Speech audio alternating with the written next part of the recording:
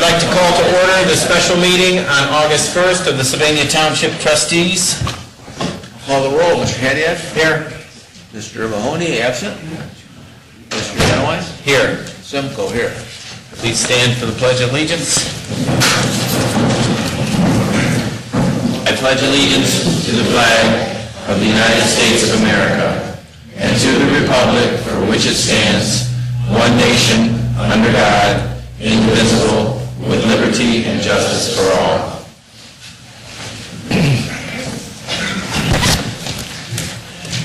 Mr. Zeitler, thank you. I'll turn the meeting over to you. The purpose of this meeting tonight is for discussion on replacement of Fire Station Number 1 at its current location.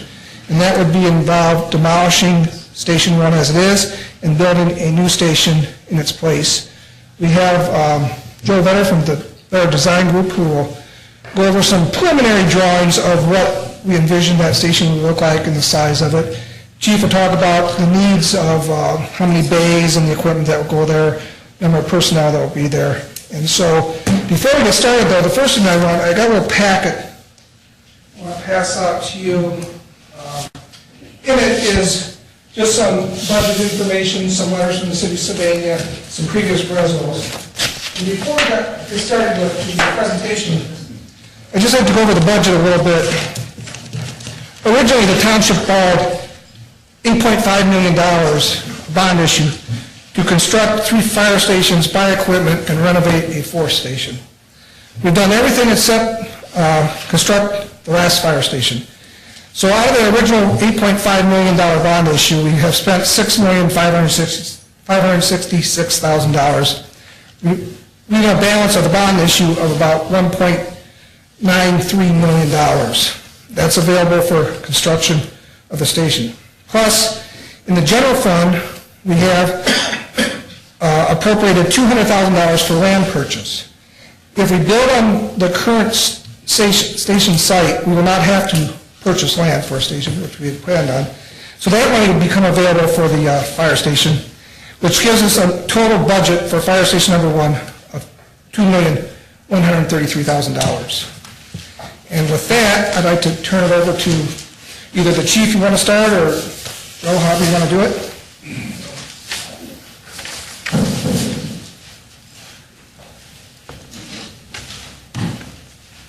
Good evening.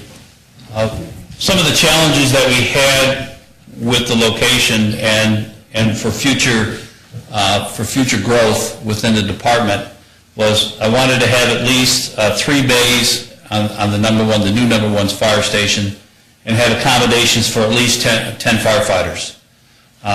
With that, we had to keep the budget down to what we have left and also a certain square footage.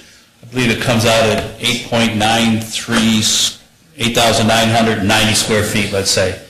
With that, the Vetter Group has gone ahead and come up with a floor plan design. It's not carved in stone yet, but this is about as close as I think that as we're going to get to it. It does allow us to have 3 bays. With this, we'll be able to accommodate a truck company, an engine company, a transport unit squad, life squad, and a chief officer for future growth in the department. We will have the same amenities as the other stations. The only difference is we'll have 2 stories instead of the 1 story that we have at the new number 1's, or new number 2's and new number 3's fire station. We do have, we're going to have to put in an elevator because it is a 2nd floor, and we've added most of the living quarters. The sleeping quarters are upstairs, and all the living quarters, as far as the day room, training room, gym, and all that are on the 1st floor. I think it's a nice layout. It's a good setup for the firefighters. They'll have easy access to the apparatus, quick access to the apparatus on fire or EMS calls. Chief, I know you've put a lot of time into this project, and I'm getting excited that we're at least drawing close to an end here, and yes, sir. Thank you very much. Appreciate it. You notice I'm smiling now, so that's a good thing. Yes. Thank you. Mr. Vetter? Yeah. I'm going to do a description of the site, the existing site, and how the new building is sited. This is an aerial photo of the site. There's a dark black line around the site. This is Main Street, Monroe, railroad tracks, Souders, and the existing fire station and Speedway. So the new building, the new site, just for the existing site, new building on the site, this black line is the same location.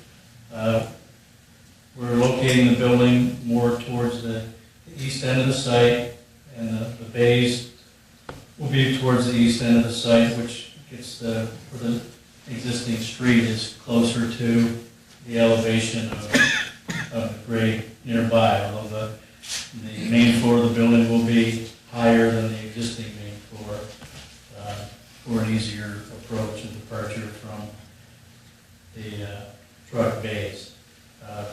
Looking at developing parking on the west part of the site, this is conceptual in nature. We don't have we're not sure of all the exact elevations. The survey will need to be done prior to further development of the site plan. But the trucks will pull straight onto the street and back in off of the street as they do today. Earlier studies that we did, we located the building on the west part of the site and were able to have the trucks maneuver totally on the property, but it created some issues that it made most sense from a budget standpoint to address the building as it's shown here. And then, again, this is just a preliminary look at what the exterior could look like. Certainly we want to work with the city of Sylvania. We know this is in the downtown district. We have worked with two projects at Dave White Chevrolet, so we've worked recently with that group. But we anticipate the exterior of the building to be stone, cast stone, and brick veneer, and somewhat in keeping with the historic nature of the neighborhood and the downtown. If you want to talk about some of the detail of the plan, Jeff Buer can talk about that, the floor plan of the working of the station, or... If you wouldn't mind, maybe we'll open it up for a public meeting, and if people have questions, if you guys are still here to address it, that would be great. I would appreciate it. Sure. We have a sign-in sheet. Did anybody sign the sheet? At this point in time, then, I would like to open this up for public hearing. Stephen Risher?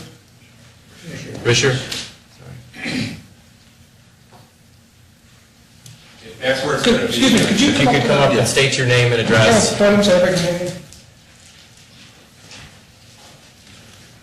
You can come this way.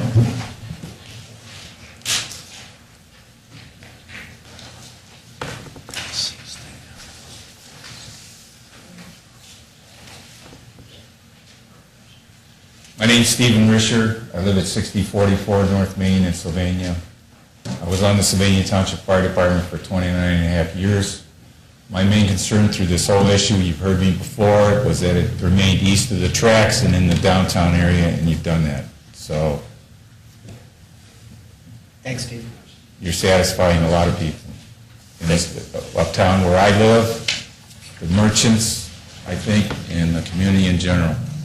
So It's been a tough road, but I think we finally are getting this into the railroad is still an issue. I think you found out when the train rolled over and you had, what, 2 streets blocked that day? No streets to block that day? Well, that could change, with the next derailment. So I think it's prudent for you all to have 2 stations to the east of the tracks and 2 to the west. And if, something happened and you did everything you could. So this satisfies it. Thank you very much. All right, thank you. Bert Graham.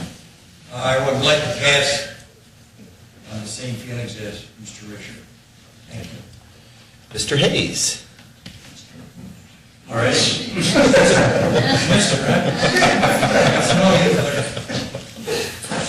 Oh, no, my dad's not here.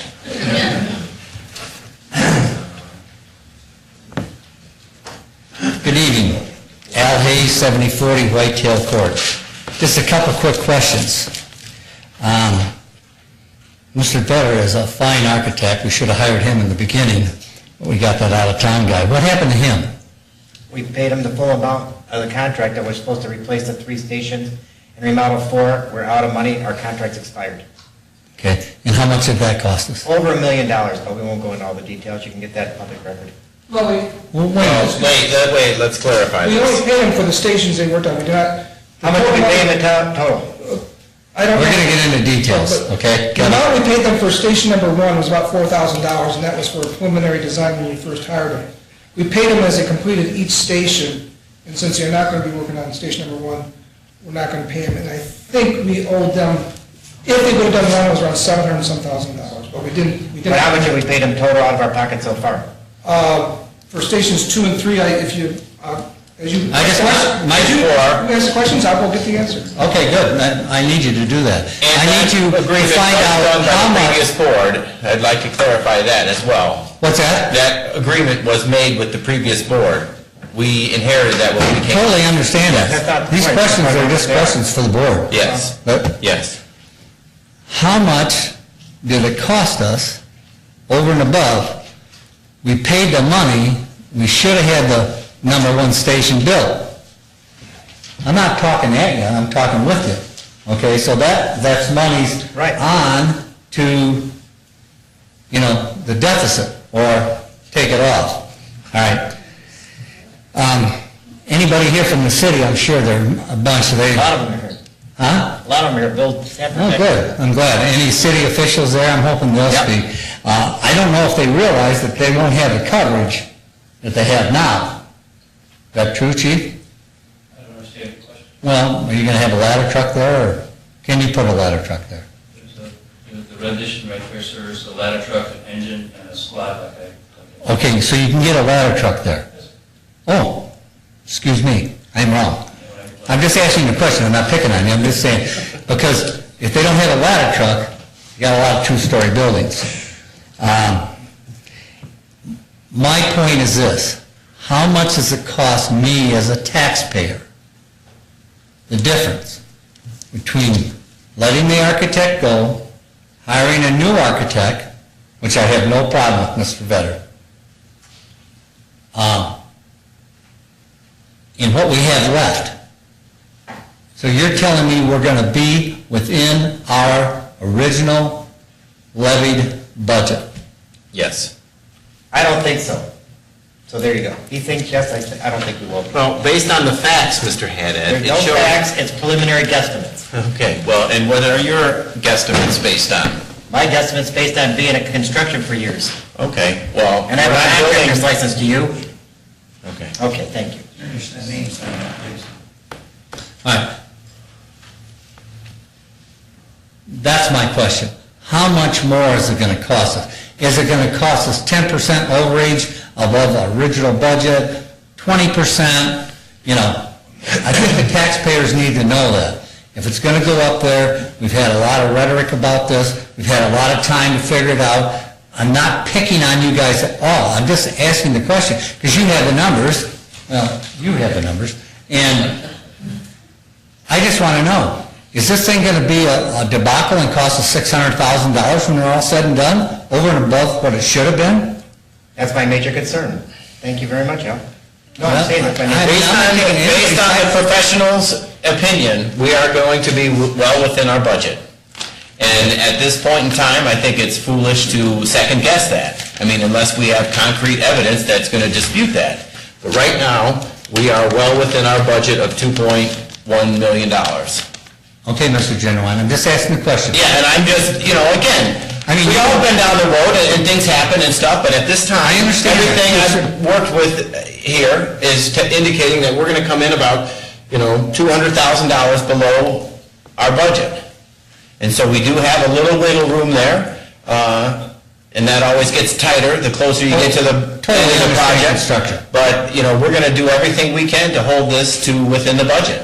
I just don't want to see a number of 6 on up, and that scares me. No, Couple, 3, 4 in the big business not a big deal. And we're going to fight to maintain that. I mean, it's going to be our goal to come in on time and on budget. And we've got the right guy for it here with our administrator and our fire chief. You know, they're going to stay on top, and Mr. Vetter. So, I mean, we've got a great team put together, and it's their opinions and their thoughts that, you know, this is the best place, and we're going to come in on time and on budget. All right. Thank you for your time. I have those numbers for you, but before I get to them, I don't know what, and this was out, but working with the Better Design Group, they used standards of what construction costs and determine what we're looking at here and elevators and so forth, that they have come in with a number that we told them at the time we wanted under $2 million. And they feel comfortable in their design. I feel comfortable with those numbers. Now, as you said, you start building and you hit a gas line underneath the building or something, anything can happen. But I hope before we start spending a lot of money, we get, as Joe said, we get a survey, find out what's underneath there, what it takes, and then we can come back to you before we spend a lot of money and say, it looks like this is a good place to put it, everything we're thinking is coming true. We can always come back and say, this isn't going to work. At that time, we stop and find another place if we have to, but... And we own that parcel, and the station has been there for 70 years, so we're fairly confident we know what we're going to find, Right. but still there are unknowns in this Right. world, so... But How much was the cost that we paid to the architect in Cincinnati? okay, I'm giving that. The architect in Cincinnati was CR Architects. Right, CNR. For station number 1, this is the contract amount, was $114,385. For station number 2 and 3 was $293,750. For station number 4 was $119,910 for a total contract amount of $528,000. We paid them, I said fire station number 1 was $114,000. The only amount we had paid them for fire station number 1 was $3,517.50, and that was for a basic schematic diagram back when we first hired them.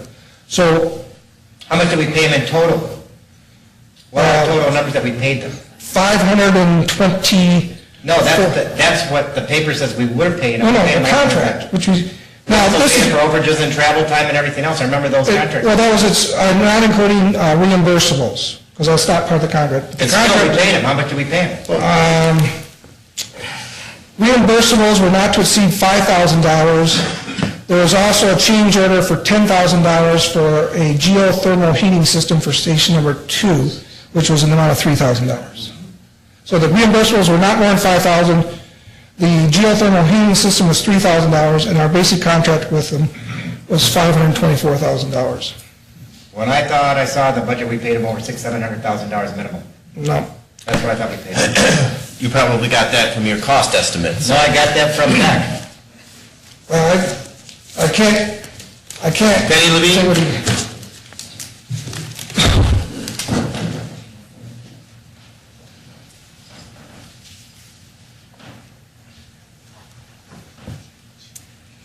Penny Levine, 3753 Her Road. I know this is a long and enduring battle that you've had to go through, and I can appreciate that. I guess my concerns are, last year, when the chief had presented, I think it was to Sylvania City or an arena full of people, a diagram, and he was covering response times. The Erie Road location had been discussed, and that was the best area as far as response times go. And then, of course, that was taken off prior to November on a possible location. I thought this one had been taken off too. We haven't taken off. I have the resolution here. Okay, so I wondered, you have to then pass a resolution We would have to pass again a resolution to put reversing it that? back on. Yes. Okay, yes. I guess my concern also too is backing in. I feel like we're not gaining anything besides aesthetically a new building. Heading east on what is that? Main Street? Monroe Street. Street? I know I've traveled that, and I'm sure like everyone else too.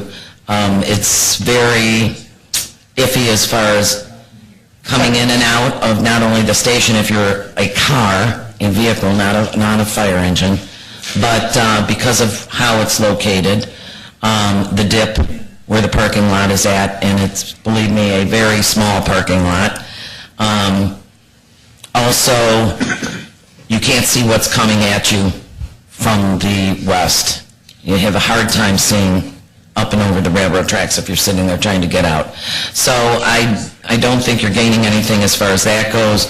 The retaining wall, discussion on that years ago on how that was crumbling and the exorbitant costs that it would take in order to shore that up because of the weight of the vehicles and the structure. I don't know if you have a cost on that yet. I'm sad to hear about elevators again. The cost of an elevator, just like at Station 4, you've got not only the elevator, but the mechanical room.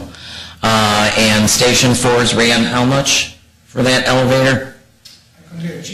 Well, wasn't it close to $800,000? 80,000? $80,000. Was it 80? Well, what was the mechanical room? Total cost? Being in the electrical and contracting business, needless to say, I don't have a license, but my husband does, and has so for 36 years.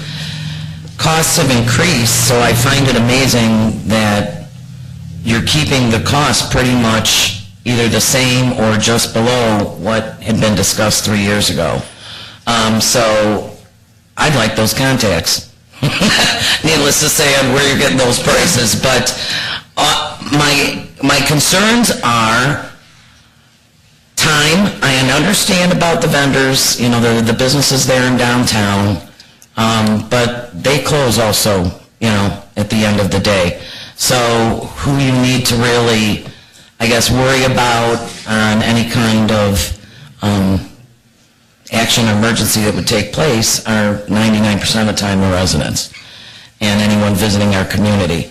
So I think that's a lot of money to be spent on that location, not only because it's landlocked, but because of the shoring up of their walls. You're not getting drive-through bays. And I know you've tried other locations, but I think you've also turned down some because of some of the craziness going on. Yeah, the games. But I wish you well. And Thank you go for from your there. input, Penny. There is no perfect site, as we all know. We've certainly looked at several sites, as many people in this room can attest to. You were involved in the levy committee that developed this budget that we're going to be within, so I find it kind of interesting that you're opposed to us spending the money. Make a correction, John. Our committee was 1.5. The trustees went with the 1.25. You know, again, we're working within the budget that is here in front of us, and, you know, just like I wouldn't go to my physician spouse for medical information, I don't know what expert you have. We have an architect here that's telling us that an elevator is going to cost $80,000. Now, why would I think he's going to tell us wrong? So, Carol Lindhuber. And as Carolyn comes up, I might add that may I call you Joe? In Joe's estimates, he understands the retaining wall and has factored it in. One of the good points is we are not going to have a basement as we do now. It will be first floor, second floor. And as far as the elevator, if we could just change the federal government's rules on ADA compliance, we wouldn't need that elevator. John, I could add on the geothermal. I recall the plans were developed, and then the previous trustees discussed putting geothermal in and had conversation, and so any additional architectural expenses because of that was generated because of essentially like a change order by the trustees, and they had to then diagram it up. So that 10 grand was, you know, initiated by the trustees really. It wouldn't have been an overrun. And they knew it. They knew it was going to cost more money, but they wanted to do the geothermal. Right. Yeah, we did. Carol Lindhuber, 5300 Brandy Lane. Couple of quick housekeeping questions, and then my main question. Are the bays going to be wider than they presently are? And you're satisfied they'll be wide enough for current equipment and possibly equipment in the future? Okay, that's good. Couple of the stations you put porous concrete. That was an environmental, a green thing. And I think a lot of us supported that, and that was good. But I've heard recently that in Toledo they did a study about the porous concrete. In some situations, it's crumbling under dump trucks and so forth, heavy equipment. So I just hope that you're aware of that and will consider perhaps this is not the best application for the porous concrete. Yeah, the budget did not anticipate porous concrete. Okay. And Carol, we used it in the Right. employee parking, not where the trucks pull in and out. The perimeter Yes. type stuff. Okay, good, great. If you would be so good as, because there was kind of some conflicting stuff in the paper and so forth, if you would just explain the bond levy and the timing on that, and that we're perfectly okay with the money as far as not, going too long, and it's okay till March and so forth, so that everybody understands. Yes, speaking to bond counsel, I called him and I think the trustees have a transcript of the conversation I had with him. Basically, the bond was taken out in March of 2010. And the general guidelines are that you have 3 years to take the bond, from the time you take the bond out to spend it, which would be March of 2013. According to the IRS rules and regulations, if you have a project underway and they know it's underway and you have contracts, they will extend that March of 2013 automatically. If you don't have a project, you have nothing on the books and you still have the money, but you're planning on spending it, you can write a letter to the IRS, and we would have bond counsel write it, asking for an extension of the 3-year time limit and why you're asking for it. The worst case scenario is that the bonds right now are non-taxable. If the IRS, in the worst case scenario, determined that we were just keeping that money to keep it, they would then classify those bonds as taxable, and then we would have to pay an interest rate based on the taxable market rate of bonds, which is significantly higher than the non-taxable rate.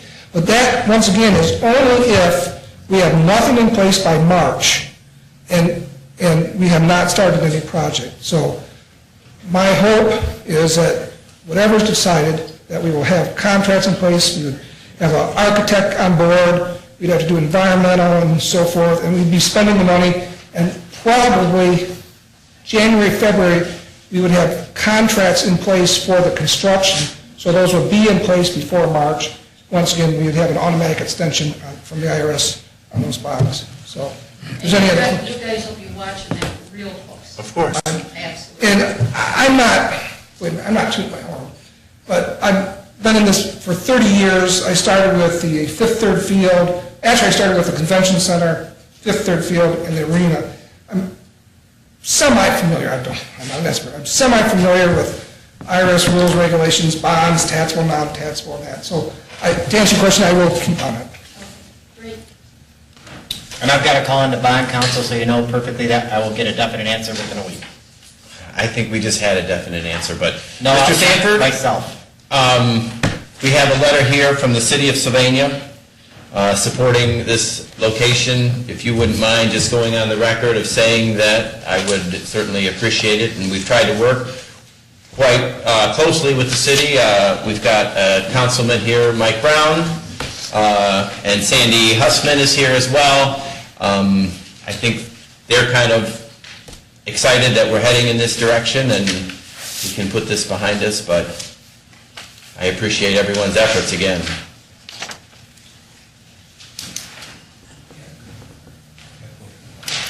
Yes, Bill Sanford, I'm the Safety Director for the City of Sylvania. In January of 2010, the trustees received a letter from our Clerk of Council stating, and do you want me to read the letter? No, I mean, I really just want to go on. Just stated, and again, in Mike and Sandy are here, at that time stated that after much discussion, they, of all the different sites, they endorsed keeping the station where currently is station number 1. There were some other meetings. I know the chief and staff came over and presented to city council. We had a safety committee meeting, and then in June of this year, we came back and we have confirmed the current site for station number 1. Thank you very much. It also states that on June of 11, that if station number 1 must be moved, suggested sites were 5017 Haroon Road and 7610 Erie Street are promising. 7610 Erie Street was presented to us. It was stated in a city council meeting by the city, and they preferred that site if it had to be moved over there. I want that on the record, too. Right, that's all it says. That was their first proposal. Right. To keep it there. Is the proposal currently in its current spot? Is that how council still is? Well, Yes, the other yes. sites were taken off, that's what they have no choice. Okay, well, thank you, Bill. Welcome. With that, I would like to offer a motion to adjourn the meeting at 6:30. No, I have a couple comments to make before we close. Okay. Number 1, yes, the building has to be ADA compliant. We aren't taking into consideration, and I'd like the public to know this totally, the fact that we're going to be working out of 3 fire stations. God forbid there's an emergency fire downtown, somebody has a heart attack downtown. Response time is bad enough in the western part of Sylvania Township. Same down with I'm talking, Mr. Genowine. Mr. Genowine, please be quiet and let me finish. Thank you. We are looking at the fact that I have talked to the firefighters themselves and asked them, and they said the biggest thing is getting out. Main Street is very overcrowded over the past 30 years from where it started with. I'm not opposed to keeping it downtown somewhere. That's why I proposed Haymarket Square possibly. We're going to be shutting down, we're going to have downtime. I understand that they had a $2 million budget and they came in $30,000 short of the $2 million budget to try to keep it within line. But it costs us $1.5 million for a 2-base station. You can't tell me it's going to cost $1.5 million for a 3-base station. It's going to cost $1.7 to $1.8 for a 3-base station. And these are all guesstimates. And then on top of that, we're going to have to do demolition, repair the walls, shore up the building. You have abatement to do, asbestos and lead abatement in that old of a building. I am a lead abatement contractor. I have the license at home. I'll bring it to show to anybody who wants to see it. So those costs are going to be extra, and it's going to cost us time and money. And like I said, operating out of 3 stations, the city did offer housing for the 3 firefighters, for our firefighters on each shift. Problem is, you got to get the firefighters to the trucks. We have to have the trucks housed, and we're going to have to get them there and to get response time. Your response time is going to increase greatly to get them to where they need to go if we have something major in the northwest portion of the township. So that's my biggest concern, and how much time it's going to take us to get this building built. Are we going to end up in next September, October? And are we going to get that big of an extension from the IRS? I just want that on public record. So there you go. Thank you. Thank you, Trustee. One thing is, we have done an asbestos of the building, and there is no asbestos in it. There's no asbestos, they had it removed? Good. And I don't believe in a demolition you have to abate lead paint, so. Yes, you do. If there is. Yes, you do. No, was that, Joe? No, I know that for a fact, because I'm a contractor for it. Once again, your costs included all that, right? Yes.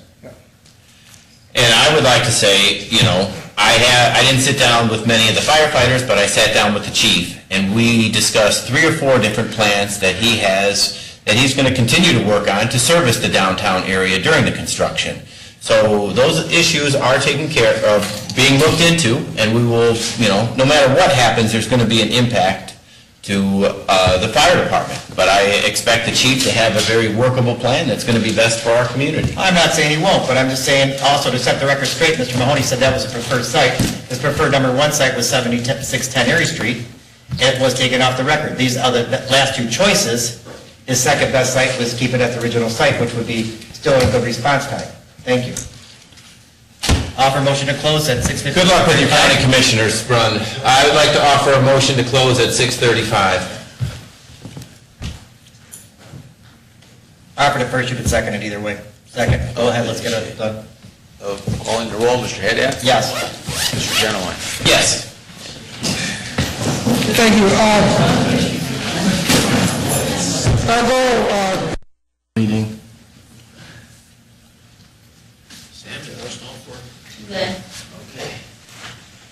I'd like to call to order the special meeting of Sylvania Township Trustees, August 1st at 5:02.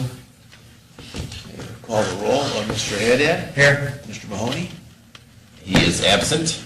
And Mr. Genowine? Here. Simcoe, here. Let's stand for the Pledge of Allegiance. I pledge allegiance to the flag of the United States of America and to the republic for which it stands, one nation, under God, indivisible, with liberty and justice for all. Do I offer a motion to go into executive? Yep. I'd like to offer a motion to go into executive session at 5:03 to discuss personnel matters regarding the police department. Second. Mr. Haddad? Yes. Mr. Genowine? Yes.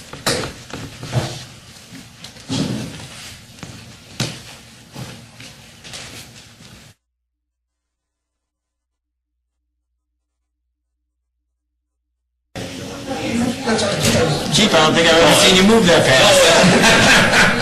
With all our emails that we have from K&B, I was trying to get to him, so I don't have to go downtown. We're all set. I would like to offer a motion to come out of executive session at 5:40. Second. Mr. Haddad? Yes. Mr. Genowine? Yes. I would like to offer Resolution 12-099 to file charges against police officer.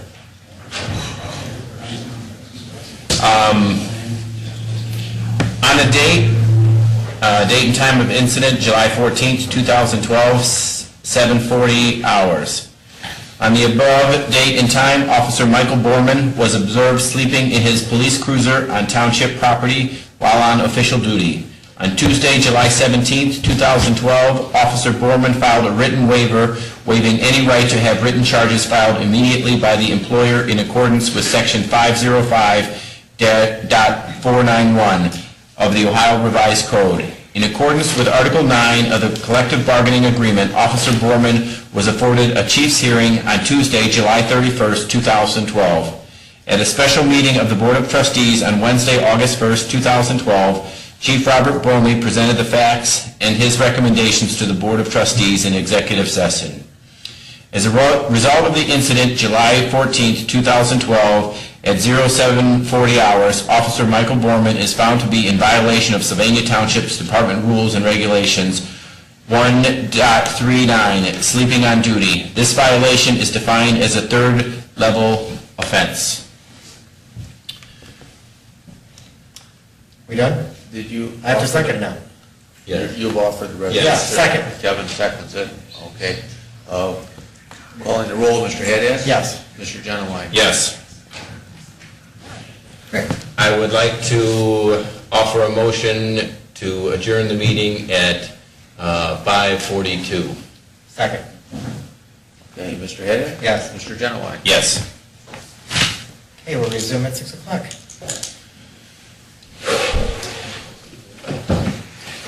I'm gonna go get my water.